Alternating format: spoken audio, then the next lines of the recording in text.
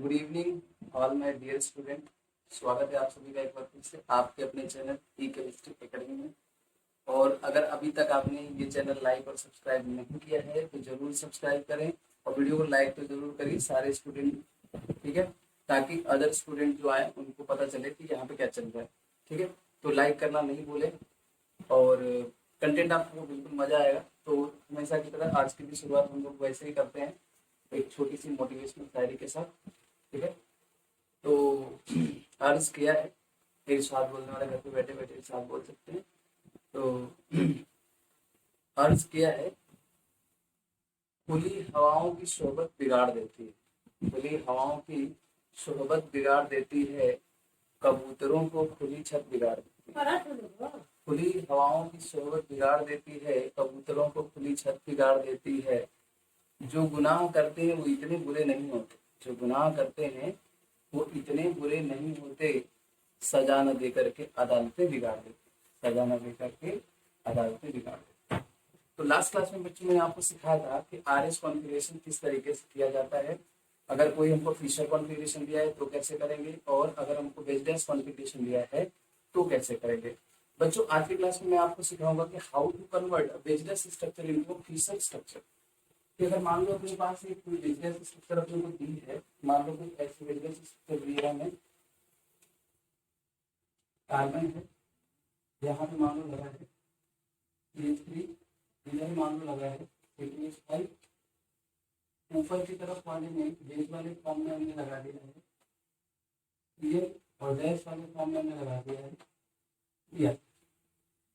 तो किस तरीके से इसका बिजनेस स्ट्रक्चर ड्रॉ करते हैं बच्चों, ये मैं आपको भी दिखाऊंगा, ध्यान से देखेंगे और समझते जाएंगे एक एक चीज को। तो बिजनेस ड्रॉ करने का तरीका जो होता है, हम क्या करते हैं, लंबी लाइन ड्रॉ कर लेते हैं, ऐसे प्लस का साइन लगा, जो सबसे ऊपर दिखता है इस लाइन के ग्रुप उसको हम क्या करते हैं बेटा, ऊपर की तरफ रखते हैं, तीसरी को ऊपर की तरफ रख दिया। उसके बाद जो इधर नीचे की तरफ लाइन दिखती है, नीचे की तरफ जो ग्रुप लगा होता है इसको नीचे की तरफ लिखते हैं, नीचे की तरफ क्या लिखेंगे, C2H5 लिखते हैं। इसके बाद ये Cl जो लगा हुआ है, अब इधर एक ऊपर लगा हुआ है ग्रुप, Cl वाला ग्रुप ऊपर लगा हुआ है तो बेस पोजीशन पे, और Br वाला डैश पोजीशन पे लगा हुआ है। हमारा जो तरीका है, ध्यान से देखो, ये बिल्कुल अलग तरीका है, आपको कहीं भी बुक वगैरह में कहीं भी नहीं मिलेगा। ये बिल्कुल यूनिक तरीका है जो खुद से सेल्फ डेवलप्ड है। तो ये ट्रिक है तरीका। आप क्या करो, इसको हैंड में पकड़ो, तो हम देख रहे हैं लेफ्ट हैंड में आएगा या राइट हैंड में, ऐसे करेंगे, हाथ को ऐसे करेंगे, और ये और किनारे वाले फिंगर और ये वाले ऐसे करेंगे। अब देखेंगे कि ये लेफ्ट हैंड में आ रहा है या राइट हैंड में, ठीक है, कौन से हैंड में आ रहा है, ये आ गया राइट हैंड में। तो राइट हैंड में हम क्या करेंगे, एक पेन को ऐसे लगा देंगे, राइट हैंड में पेन लगा देंगे हमने। अब इस क्या करेंगे, इस फिंगर को अपनी को देखो, ये लाइन सीधी रखनी है ना, CH3 और C2H5 की लाइन को सीधी करनी है।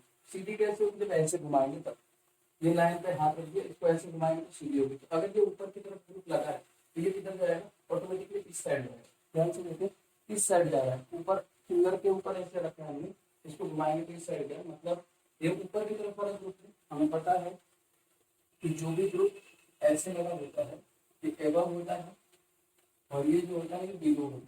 तो एबव वाला किधर जाएगा वो हमें डिसाइड करना है। एबव वाला जाएगा इस साइड, तो एबव वाला इस साइड गया, सीएल चला गया इस साइड, और अगर सीएल इस साइड गया तो ऑटोमेटिकली बीआर का पोजीशन करना। अब आपने बोला कि सर एक तो आपने लेफ्ट हैंड वाला दिखा दिया, राइट हैंड वाला भी करके आप कोई चीजें ट्राई करोगे। ये मान लो ऊपर की तरफ लगा हुआ ग्रुप है, इधर मान लो हेलोजन लगा, इधर CH3 है और इधर C2H5 और डैश पोजीशन पे लगा हुआ क्लोरीन। अब इसको किधर लगाएंगे, तरीका बहुत ही सिंपल है। इस लाइन में ऊपर की तरफ CH3 इधर लिख दिया, इधर प्लेन वाली लाइन में C2H5 नीचे, C2H5 को नीचे लिख दिया। अब चेक करेंगे कौन से हैंड में आएगा, ये लेफ्ट हैंड में या राइट हैंड में। तो देखो बेटा, मैंने यहाँ पे ये लेफ्ट हैंड में आ रहा है, लेफ्ट हैंड के फिंगर और अंगूठे के बीच में पड़ जा रहा है ये लाइन। तो हम क्या करेंगे, ऐसे लाइन के ऊपर एक ग्रुप ले लेंगे और इसको घुमा देंगे, हर स्ट्रेट लाइन करना है। स्ट्रेट लाइन करने के लिए क्या करना पड़ेगा, ऐसे घुमाना पड़ेगा। और अगर इसको ऐसे घुमाया तो ये स्ट्रेट लाइन होगा, ऑटोमेटिकली ये ग्रुप इस डायरेक्शन में जा रहा है, मतलब जो ऊपर वाला ग्रुप है हाइड्रोजन इस डायरेक्शन में होगा, तो सीएल ऑटोमेटिकली इस डायरेक्शन में आएगा। एक तरीका ये हो गया। दूसरा तरीका जो टीचर जनरली स्टूडेंट को प्रीफर करवाते हैं वो ये करवाते हैं कि इसका कॉन्फ़िगरेशन निकालो और इसका कॉन्फ़िगरेशन निकालो। अगर ये आर आ रहा है तो ये भी आर आना चाहिए, ये एस आ रहा है तो ये भी एस आना चाहिए, ये आर आ रहा है तो ये भी आर आना चाहिए, और ये एस आ रहा है तो ये भी एस आना चाहिए। तो उसमें क्या होता है बेटा, टाइम बहुत ज्यादा लगता है, और एच ड्रॉ करने में बिल्कुल टाइम कम लगता है। कैसे देख लिया, कौन से, या तो लेफ्ट में आएगा तो राइट में आएगा। और वैसे भी एक ट्रिक और देख लें कि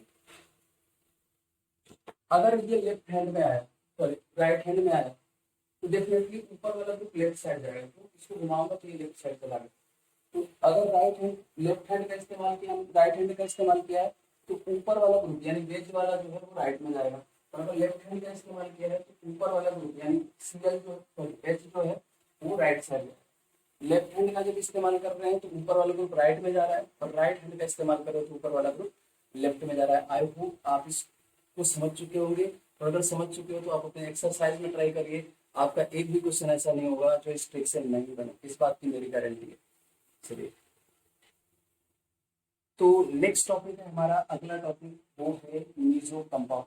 तो व्हाट इज मीजो कंपाउंड, पहले डेफिनेशन पे जाते हैं। मीजो कंपाउंड है आइदर प्लेन ऑफ सिमेट्री और सेंटर ऑफ सिमेट्री, या फिर बोथ। मीजो कंपाउंड के अंदर या तो प्लेन ऑफ सिमेट्री आती है या तो सेंटर ऑफ सिमेट्री आती है, या दोनों ही प्रेजेंट होते हैं। इस चीज का ध्यान रखना, प्लेन ऑफ सिमेट्री या तो सेंटर ऑफ सिमेट्री या तो दोनों प्रेजेंट होते हैं। प्लेन ऑफ सिमेट्री क्या बताया था मैंने, एक ऐसी प्लेन जो किसी कंपाउंड को दो इक्वल पार्ट में डिवाइड करते हैं, उसको बोलते हैं हम लोग plane of symmetry. Centre of symmetry क्या होता है, सेंटर से पॉइंट से, सेंट्रल पॉइंट से एक लाइन ड्रॉ करते हैं, लेफ्ट साइड जाते हैं, उसके अपोजिट साइड जाते हैं 180 डिग्री, तो दोनों सेम ग्रुप मिलना चाहिए। पर ऐसा पूरे मॉलिक्यूल में हो रहा है तो हम कहेंगे कि वहां पे सेंटर ऑफ सिमेट्री मौजूद है। दूसरी बात, दो कंडीशन है इसके लिए, मीजो कंपाउंड शुड है मिनिमम 2 कायरल कार्बन। ये दूसरा कंडीशन बिल्कुल फुलफिल होना कंपलसरी है। अगर 2 कायरल कार्बन नहीं है तो उसको मीजो कंपाउंड कभी नहीं कहा जाएगा। यानी सिर्फ प्लेन ऑफ सिमेट्री और सेंटर ऑफ सिमेट्री या फिर दोनों मौजूद होना कंपलसरी नहीं है। Apart from that meso compound should है मिनिमम 2 कायरल कार्बन। ये 2 कायरल कार्बन वाली जो फिनोमेना है वो सबसे इंपॉर्टेंट फिनोमेना है। यानी पहले 2 कायरल कार्बन का ऐसे कंपाउंड जिनमें कम से कम 2 कायरल कार्बन हो, और साथ के साथ प्लेन ऑफ सिमेट्री और सेंटर ऑफ सिमेट्री रखे, उसको मीजो बोलेंगे। यानी इन शॉर्ट बोले तो meso compound are, meso are 2 chiral carbon होने चाहिए कम से कम, 2 प्लस बोल दो, 2 प्लस कायरल कार्बन होने चाहिए, और साथ के साथ या तो POS या तो COS या फिर बोथ होना चाहिए। इन शॉर्ट डेफिनेशन बोलना हो या ट्रिक याद रखना हो तो आप याद रखो दिमाग में, 2 कायरल कार्बन लो, 2 या 2 से ज्यादा, प्लेन ऑफ सिमेट्री रखो, सेंटर ऑफ सिमेट्री रखो, या फिर दोनों रख दो, तो वो मीजो कंपाउंड होगा। ये छोटा सा पॉइंट अपने दिमाग में फिट कर लो अच्छे से।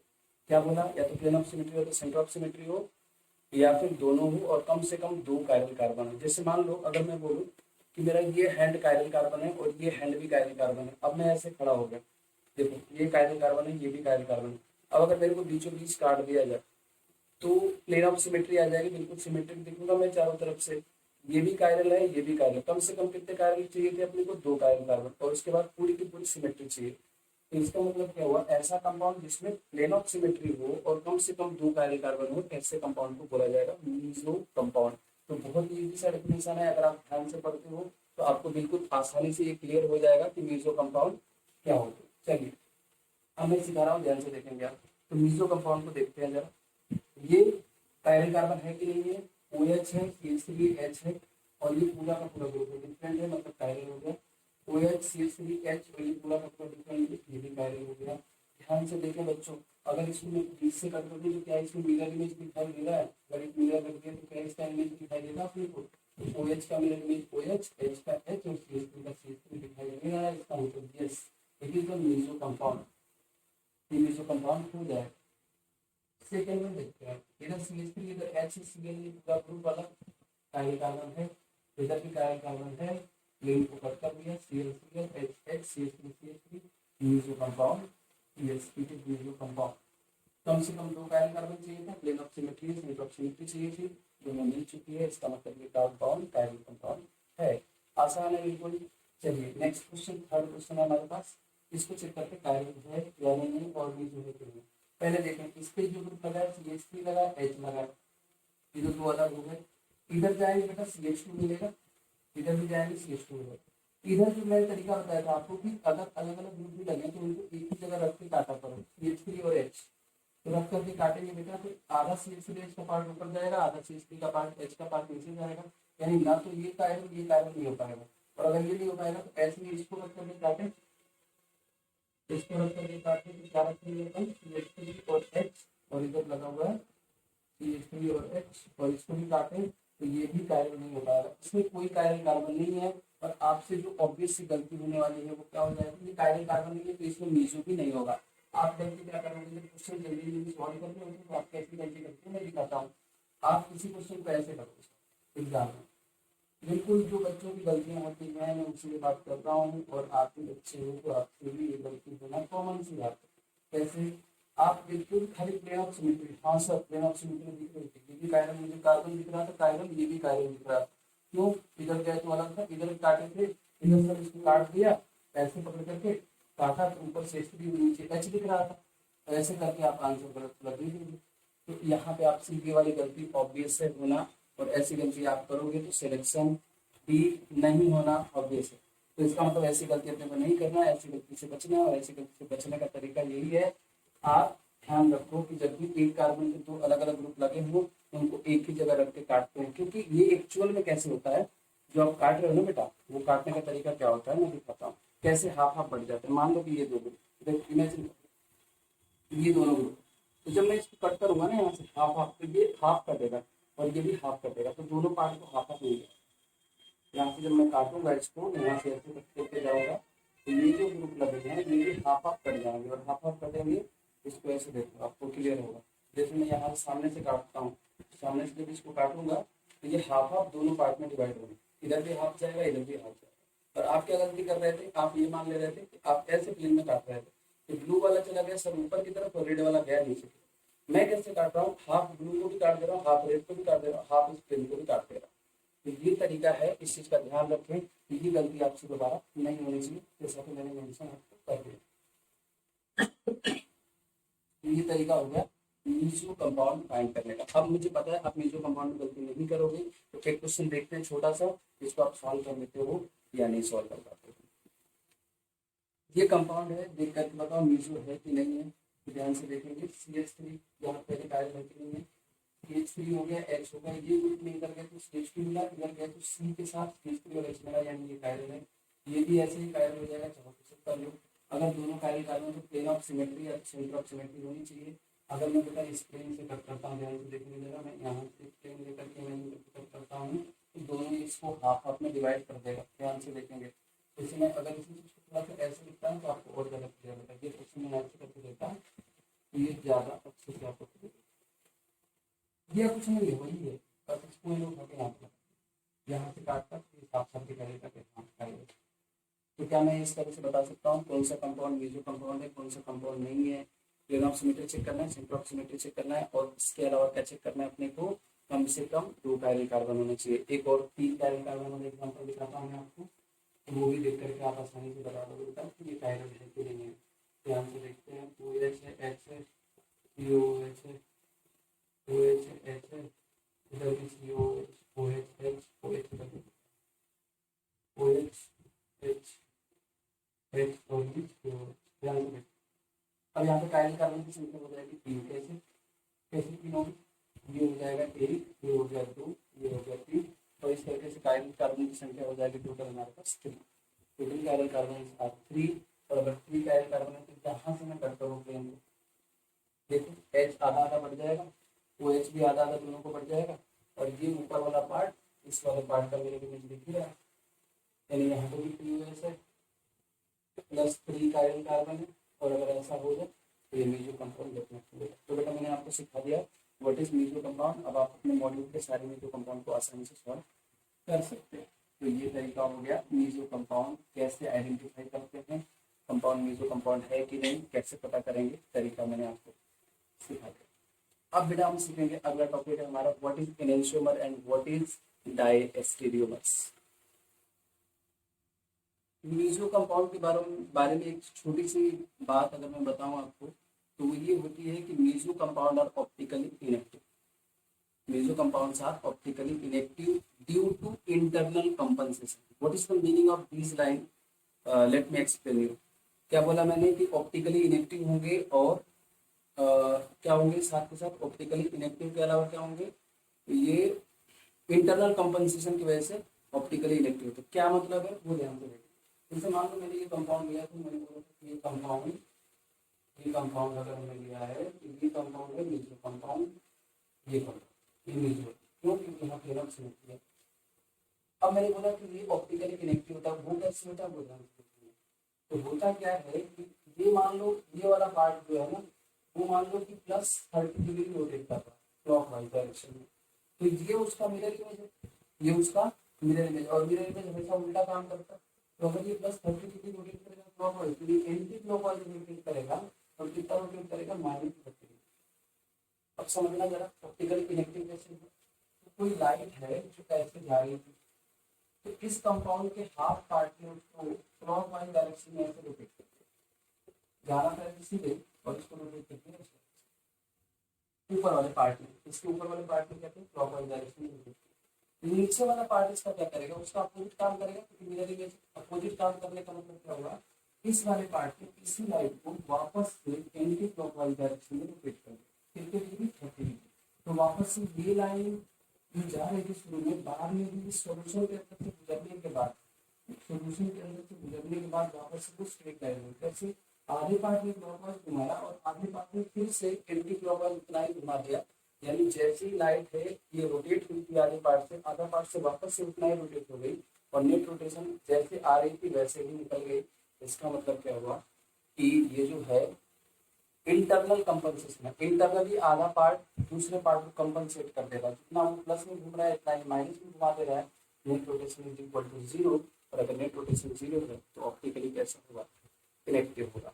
कोई रोटेशन नहीं हुआ, ऑप्टिकली इनेक्टिव। अगर वो प्लेन पोलराइज लाइट को घुमा देता मतलब ऑप्टिकली एक्टिव, और प्लेन पोलराइज लाइट को घुमा नहीं पा रहा है, it means the compound is optically connected. चलिए नेक्स्ट टॉपिक की बारे में बात करते हैं। नेक्स्ट टॉपिक है हमारे पास व्हाट इज एनेंशियोमर। एनेंशियोमर समझाता हूँ बेटा, ध्यान से देखना, पहले डेफिनेशन अच्छे से आता है। डेफिनेशन क्या बोला, mirror image of each other, वो कंपाउंड जो एक दूसरे के क्या है, मिरर इमेज है, and non super imposable compound. जो कंपाउंड एक दूसरे का मिरर इमेज है और नॉन सुपर इम्पोजेबल है उसको हम बोलते हैं एनेंशियोमर। और एनेंशियोमर का सबसे अच्छा एग्जांपल होता है हमारा हाथ। ध्यान से देखिए, ये हाथ इसका बिल्कुल मिरर इमेज है डिट्टो। एनेंशियोमर का डेफिनेशन क्या बोला मैंने, हाथ पे याद रखो। क्या ये मिरर इमेज है, आंसर है यस, दोनों मिरर इमेज है। नॉन सुपर इम्पोजेबल का मतलब क्या है, इस हाथ को उठा के अगर इस हाथ के ऊपर रखूंगा तो देखो एग्जैक्टली अंगूठे को क्या, अंगूठा ढकना चाहिए था। देखो ध्यान से, इस हाथ को मैं रोक रहा हूँ और इस हाथ के ऊपर इसको उठा के रख रहा हूँ, तो ढकना क्या चाहिए था, अंगूठे को अंगूठा ढकना चाहिए था, लेकिन अंगूठा इधर है और ये वापस जब इसके ऊपर रख रहा है सीधे उठा के रखता है, तो उठा के रखेंगे तो क्या होगा, ये इधर चले, ये नहीं कि सर रोटेट करके रखना है ऐसे, तो नहीं, रोटेट करके रखना, इसी कंपाउंड को सीधे उठा के रखना है। अगर रखने पे ये इसको ढक लेता है पूरा पूरा तो ये सुपर इम्पोजेबल, और नहीं ढक पाता है तो ये नॉन सुपर इम्पोजेबल। तो ये देखे ध्यान से, तो ये कैसा है, नॉन सुपर इम्पोजेबल। ये हाथ है, उठा के इसको रखा, नहीं ढक पा रहा है, इसका मतलब ढकने का मतलब अंगूठा को अंगूठा ढके और किनारे वाली उंगली को किनारे वाली उंगली ढके, तो इसको बोलते हैं। सिर्फ मिडिल उंगली मिडिल को ढक रही है, बाकी सब में कंफ्लिक्ट हो रहा है। इसका मतलब ये हुआ कि ये दोनों एक दूसरे के एनेंशियोमर है। दूसरा एग्जांपल देखो जरा, जैसे मान लो अगर ये सेम कलर के हो, सेम कलर के हो, तो ये मिरर इमेज भी होते हैं एक दूसरे के, और इसको उठा के इसके ऊपर रखता तो ये बिल्कुल ढक भी लेता। तो इसका मतलब ये भी जो कंपाउंड नहीं है जो ढक लेगा एक दूसरे को, वो मिरर, वो कंपाउंड वैसा मिरर इमेज जो है वो मीजो कंपाउंड नहीं होता। ठीक है, तो इसका मतलब क्या होगा, कब ये इनेंशियोमर होगा, तो हाथ हमारा सबसे अच्छा एग्जांपल इनेंशियोमर का, मिरर इमेज होना चाहिए और इसको पूरा का पूरा ढकना चाहिए, सीधे उठा करके रखें। अगर ऐसा नहीं कर रहा है तो कंपाउंड इनेंशियोमर नहीं है। तो क्या डेफिनेशन बोल दिया हमने, डेफिनेशन इसकी बहुत ही सिंपल है। क्या होता है कि mirror image of each other होनी चाहिए और नॉन सुपर इम्पोजेबल कंपाउंड होना चाहिए, ऐसे कंपाउंड हम बोलते हैं एनेंशियोमर। कंडीशन है एनेंशियोमर के लिए, बोला है कि minimum 1 parallel carbon should be present, कम से कम एक कार्बन पैरेलल होना चाहिए, और ऑप्टिकली एक्टिव कंपाउंड होना चाहिए। तो अगर ऑप्टिकली एक्टिव कंपाउंड है तो क्या मैं मीजो का एनेंशियोमर बना सकता हूँ, आंसर आएगा नहीं, क्योंकि मीजो कैसा होता है, ऑप्टिकली इनेक्टिव होता है। ये स्ट्रिक्ट पॉइंट है, जनरली स्टूडेंट यहाँ पे गलती कर देता है, वो मीजो कंपाउंड का भी एनेंशियोमर बना देता है, तो वो सबसे बड़ी गलती है। तो मीजो को काउंट नहीं करना है, क्योंकि अभी हमने देखा था meso is not optically active compound. तो जैसे मैं यहाँ पे दिखाता हूँ एनेंशियोमर क्या है, ध्यान से देखना जरा। यहाँ मान लीजिए COH लगा है, इधर मिथाइल लगा है, इधर H लगा है और इधर OH लगा हुआ है। अब इस कंपाउंड का अगर अपने को एनेंशियोमर ड्रॉ करना है तो कुछ नहीं करना बेटा, यहाँ पे एक मिरर लिखो, मिरर लो, और मिरर लेने के बाद देखो ऊपर वाली लाइन पे COH, उसको कॉपी कर दिया, नीचे वाली लाइन पे CH, इसको कॉपी कर दिया, अब सीधी सी बात है, मिरर के भी जितना नजदीक होता है उसकी इमेज पहले बनती है। हाइड्रोजन मिरर से काफी नजदीक है, तो सबसे पहले इधर जब इमेज बनेगी हाइड्रोजन की, और इधर आ जाएगी किसकी इमेज। अब दूसरा पॉइंट, एक और की पॉइंट यहाँ पे मैं आपको बताऊंगा, ध्यान से सुन के जाना। अगर मैं इसका कॉन्फ़िगरेशन लिखूं, इस वाले का कॉन्फ़िगरेशन लिखना चाहूँ, कि क्या है कॉन्फ़िगरेशन, इसका कॉन्फ़िगरेशन लिखा जा सकता है, इसका भी कॉन्फ़िगरेशन लिखा जा सकता है। इसमें सबसे खास बात ये होती है कि अगर ये कंपाउंड डी है, ये उसका उल्टा होता है। अगर ये प्लस घुमाता है तो ये किधर घुमाता है, माइनस घुमाता है। मेरा इमेज है उसका जो काम ये करेगा उसका जस्ट अपोजिट ये करेगा। तो अगर ये बी है क्लॉकवाइज घुमाने वाला, तो ये डेफिनेटली एल। ठीक है, तो ये छोटा सा पॉइंट भी अपने को याद रखना। एक छोटे से एग्जाम्पल से मैं आपको करा के दिखा रहा हूँ कि कैसे होता है। मतलब मेरे इमेज क्यों करता है, इसका रीजन आपको साफ दिखाई देगा कि ये क्लॉकवाइज घुमाए तो ये क्लॉकवाइज क्यों घुमाए। जैसे मान लो कंपाउंड है हमारे पास, बिल्कुल सिंपल एग्जाम्पल लेता हूँ, H F C L B L, और इसका मेरे इमेज लेंगे एच सी एल एफ और बी एल। अब ध्यान से देखेंगे स्टूडेंट्स यहाँ पे कि काफी ऊपर चला गया है, हाइड्रोजन है और ये इसका मेरे इमेज हाइड्रोजन है। ये कैसे दिख रहा है, यहाँ पे हमने मिरर लगा दिया। अब मैं अगर इसका कॉन्फ़िगरेशन लिखूं तो वर्टिकल लाइन पे 4 नंबर होना चाहिए, 1 नंबर 2 नंबर 3 नंबर 4 नंबर मेरे में जाएंगे। यहाँ पे 1 2 3 चला जाता है हम लोग, और वर्टिकल पे 4 नंबर होते हैं। तो ये कॉन्फ़िगरेशन है एस, और यहाँ पे चेक कर ले एच एफ सी एल और बी आर नंबर कर दे, तो 1 with 2 with 3 और ये 4 1 2 3 जाएंगे तो कैसा आएगा, ये आएगा आर। तो हमेशा क्या होता है, अपन एक स्टेटमेंट याद रख लेंगे कि अगर कोई मिरर, तो अगर कोई इनेंशियोमर एस है तो उसका मिरर इमेज हमेशा क्या बनेगा, आर बनेगा। कोई इमेज अगर एस है तो कोई अगर चीज एस है तो उसका मिरर इमेज ऑलवेज कैसा बनेगा, आर के फॉर्म में। ये छोटा सा स्टेटमेंट आपको दिमाग में रखना है कि आर का मिरर इमेज हमेशा क्या होता है, एस होता है। ठीक है, तो ये छोटा सा पॉइंट आपको दिमाग में। तो इनेंशियोमर क्या होता है, इन शॉर्ट मैंने समझा दिया, दोनों दूसरे के मिरर इमेज दिखनी चाहिए, कम से कम एक कार्बन का ग्रुप तो होना ही चाहिए, और वो मीजो नहीं होना चाहिए। अगर मीजो हुआ तो ऑप्टिकली इनेक्टिव हो जाएगा। यानी अगर इन शॉर्ट डेफिनेशन लिखने के लिए बोला जाए तो व्हाट इज इनेंशियोमर, तो इनेंशियोमर का डेफिनेशन हो जाएगा optically active compound, those compound which are optically active and non superimposable mirror image of each other. those compound which are optically active and non superimposable mirror image of each other। Concept बिल्कुल clear होना चाहिए। Optically active कह दिया मतलब एक से ज्यादा carbon है और वो मीजो नहीं होगा। दूसरा पॉइंट, मिरर इमेज होना चाहिए, मिरर इमेज कंपलसरी कंडीशन है। और non superimposable mirror image का मतलब है एक को उठा के दूसरे के ऊपर रख दिया तो वो जाके एग्जैक्टली नहीं रखेगा। जैसे इसको उठा के रखो, इसको आप उठा के इसके ऊपर रखो तो एच को एच रख देगा, सीएल के ऊपर सीएल चला जाएगा। लेकिन एफ को उठा के रखोगे यहाँ पे तो एफ इस साइड चला जाएगा। डायरेक्ट उठा के रखना अपने को, एफ को उठा के रखते तो एफ इस साइड चला जाता और इसका बी आर जो है वो इस साइड आता। तो इसका मतलब एफ को ये एफ है वो बी आर को नहीं ढक पा रहा, एफ जो है बी आर को नहीं ढक पा रहा है। इसका मतलब क्या हुआ, इसका मतलब सिंपल है कि ये एक दूसरे के इनेंशियोमर्स हैं। तो नॉन सुपर इम्पोजेबल है इसलिए इनेंशियोमर। ये नॉन सुपर इम्पोजेबल बहुत कंफ्यूज करता है स्टूडेंट को। बहुत ही सिंपल लैंग्वेज में समझाइए, साथ को उठा के इसके ऊपर रख दो, अगर पूरा ढक लेता है तो सुपर इम्पोजेबल हो गया, और अगर नहीं ढक पाया तो सुपर इम्पोजेबल। क्लियर हो गया कॉन्सेप्ट। ये सुपर इम्पोजेबल का कॉन्सेप्ट आपको मैंने समझा दिया, इनेंशियोमर आपको समझा दिया। और डायस्टेरियोमर, अगर इनेंशियोमर समझते तो डायस्टेरियोमर आपके बाएं हाथ का खेल है, वहां पे वो नॉन मिरर इमेज होगा। बस पूरा डेफिनेशन यही रखो, बस वहां पे क्या कह दो कि non mirror image of each other, those compound which are non superimposable non mirror image of each other are called डायस्टेरियोमर। और अगर डायस्टेरियोमर है इसका मतलब उसकी दोनों स्ट्रक्चर एक दूसरे की वो मतलब मिरर इमेज नहीं है। अच्छा, ये इनेंशियोमर जब पढ़ते थे एक छोटा सा डेफिनेशन और आता है। अच्छा, मैं अगर ये पूछूं ये ऑप्टिकली एक्टिव है कि इनएक्टिव है तो आप बोलोगे ऑप्टिकली एक्टिव है, तो इसलिए आर एस है यानी क्लॉकवाइज घुमाएगा। ये कैसा है, आर है, ये एंटी क्लॉकवाइज घुमाएगा। तो आपके लिए एक छोटा सा क्वेश्चन है, तो अगर मैं दोनों को बराबर अमाउंट में मिक्स कर दूं, यानी इस कंपाउंड को और इस कंपाउंड को, दोनों कंपाउंड को बराबर अमाउंट में मिक्स कर दूं तो क्या होगा।